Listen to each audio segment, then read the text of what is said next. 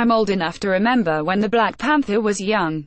I first encountered the character in the late 1960s, and by the early 1970s, when he began appearing in the unfortunately named Jungle Action comics, and learned scholars were arguing stridently over whether Marvel's black superhero represented racial progress. The young radical I fancied myself was enthralled. The name itself was revolutionary, but not by association with the Black Panther Party, whose prominence the character largely antedated.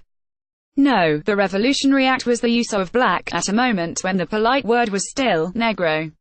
The character was introduced in 1966, the year before Stokely Carmichael and Charles V. Hamilton would publish Black Power. By choosing to call him what they did, the character's creators, Stan Lee and Jack Kirby, were casting the lot with the younger generation of activists in the struggle for racial justice. I mention all of this as background to the film that is currently smashing box office records. The movie is marvelous, and deserves all of its accolades. But as to the public conversation about the transformative power of the black superhero from a hidden, hyper-advanced African country, we have been down this road before. In fact, we had the very same conversation when T'Challa, the titular Black Panther, was still just a comic character. There has been a noticeable trend in the last few years, wrote Broadcasting Magazine in 1973, toward relevancy and social comment in a medium previously considered just kids' stuff. A featured example was the Black Panther. In high school and again in college I wrote papers about the changes, and each time T'Challa stood at the center. James Turner, director of Afro-American Studies at Cornell University, wrote a critical letter to the comics editors, which they gave a full page. From the start, the Black Panther worked as a comic book hero in a way that, say, Luke Cage created by Marvel in 1972 didn't. One critic complained at the time that Cage's dialogue told the reader there was some white guy writing this book who had no idea what the character should sound like. A part of the Black Panther's appeal was the smooth fit into the dialogue of the moment.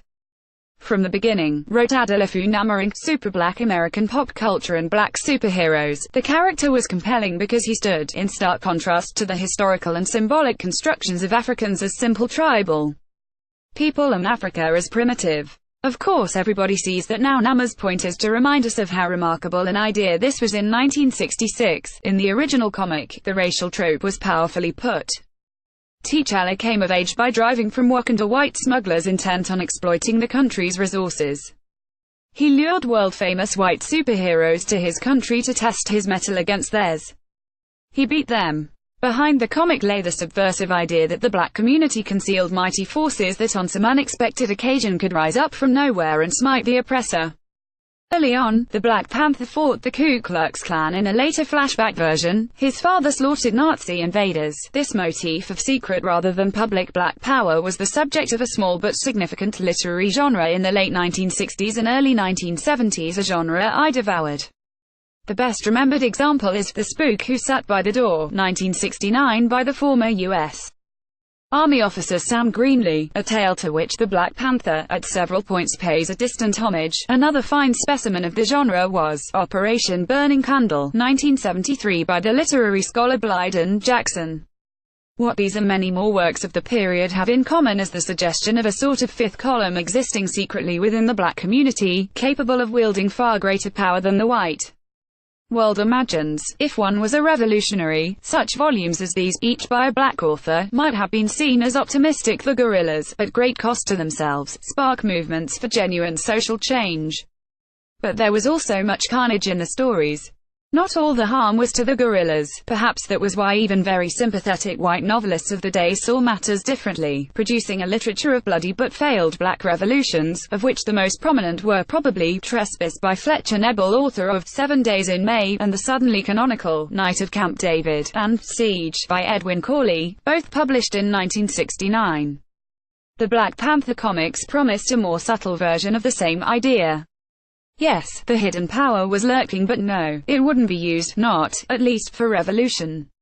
The new film's writers cleverly use that very issue as the story's pivot. Although there's a convenient white villain, Ulysses Claw, who in the comics is Claw, the Panther's constant adversary, the central conflict is between T'Challa, who wishes to protect the tradition of a Wakanda hidden from outside eyes, and Eric Killmonger, who wants to use the nation's technological prowess to spark a worldwide uprising. But for all the film's battle over this idea, we are meant to see T'Challa, the anti-revolutionary, as the good guy. This is in keeping with the literary theorist Umberto Eco's deconstruction of the comic book superhero. The superhero, Eco writes, is gifted with such powers that he could actually take over the government, defeat the army, or alter the equilibrium of planetary politics. But he doesn't. This is what makes him a hero. What Eco calls the immobilizing metaphysics of the story is that whatever the superhero does, it must be directed in the end to a common good that does not include overthrowing the state. As film superhero, the Black Panther is a nice fit for this essentially conservative model. We root for T'Challa, even though we know that for him to win the revolution must lose. By revolution I don't mean nice progressives using law to do nice progressive things, I mean revolution, blood in the streets, a phrase that is uttered more than once in the comic version. Revolution is what much of the literature of the era that produced the Black Panther comic was ultimately about, and it's what the film, with its vision of bold yet peaceful change, ultimately isn't. The film's T'Challa is a pragmatist, although he never says so explicitly. He seems wise enough to understand what the U.S. has learned and Killmonger hasn't, that should war ever come, advanced technology is no guarantee of victory. 2. The Black Panther is a great movie, the best work Marvel has done. T'Challa is a fantastic hero. Despite an intriguing ending that I won't spoil, however, it's clear that he's no revolutionary. He might try to inspire the rest of the world, but he'll never force it to change. This column does not necessarily reflect the opinion of the editorial board of Bloomberg LP and its owners. To contact the author of this story, Stephen L. Carter at scarter01@bloomberg.net, or contact the editor responsible for this story, James Greif at jgreif@bloomberg.net.